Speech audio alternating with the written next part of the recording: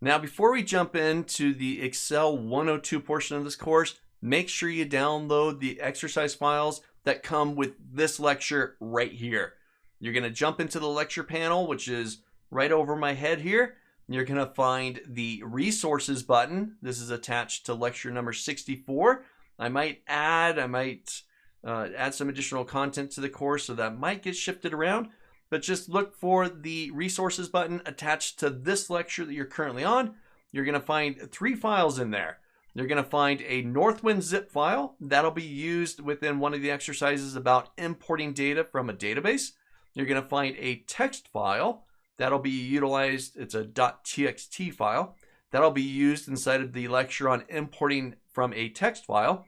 And then you're going to find the Excel 102 exercise file. It's a .xlsx file that you'll use for the majority of this portion of the course, the 102 section.